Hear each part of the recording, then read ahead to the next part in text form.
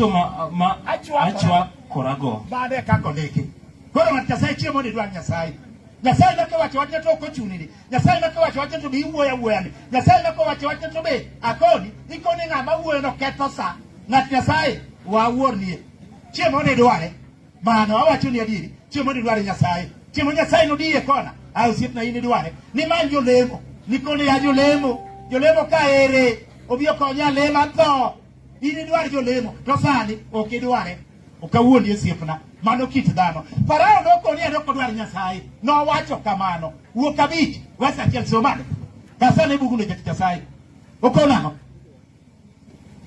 wuok abich wesa achiel okonamo donga wacho mani mondo ipika ibiya walar gini koso ang'o matimore ya ng'at Nyasaye okonamo wacho ni bang'e Musa kod Harun nodhi ir Farao mowachone niya, Ruoth Nyasaye ma Nyasach jo-Israel owacho kama, we joga odhi mondo otimna kama, we joga odhi otimna sawo e thim. To Farao nodwoke niya, Ruoth Nyasaye to en ng'a madawinj wachne, miyo awe jo-Israel dhi. Akia Ruoth Nyasaye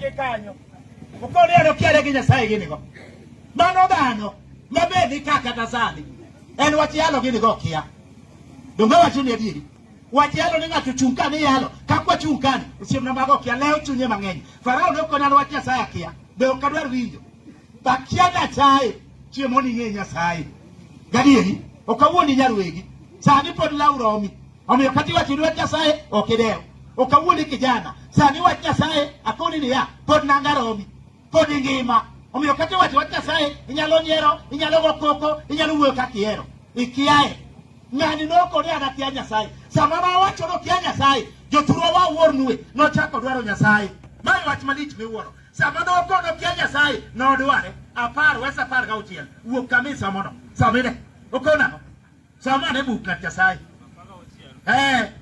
apar gauchiel wuok wesa apar gauchiel wacho niya gini tangene dagi kore soma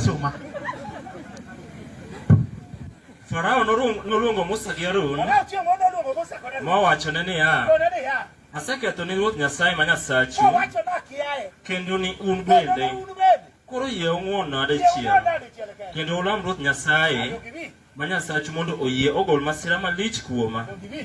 Nomoko odwaro Nyasaye koro nyarwa chiemo ni dware wuoyi wadwa ini dware lam pod romi koti donjo niri ini dwar Nyasaye okawuoni chieng' ma sikat nolony piny makoro kata kiwuotho to sikat mane kende be ng'ede nyalo wuotho ma sikat dong kende kakoro wuotho sikat osiko mato ere dhako ere dhano sikat fwadha ini dwar Nyasaye to sani okidware mane en ng'at Nyasaye okawuoni sani to okidich kode gikono ng'ama go koko ng'ato bedo kono kare to ng'ama go koko ne jikane iyalo kaka wuoni neto ng'ato kone ng'ano go koko awuoro kabisa awuoro gadi erokamano wamor kabisa waseneno ka jadolo sedonjo kendo warwako jadolo rasmi obed piny kae nikech mane gun pacho obed piny kosebedo moywayo muya jadolo biro kawo thuolo jodalawa mondo ketwa thuolo mondo rwakwa kae korkwa dhi nyime yalo to wabiro mayaloni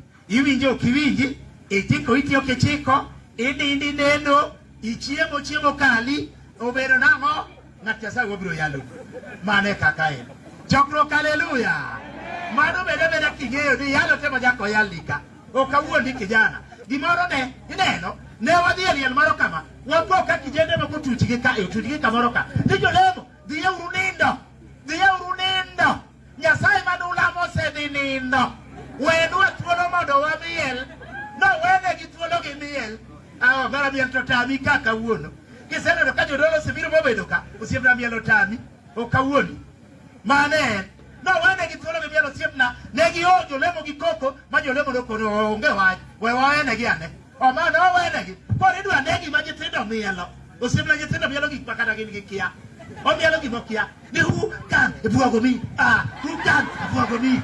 haya man buogo bo ochuodo gini pek banana ni koro mi adamo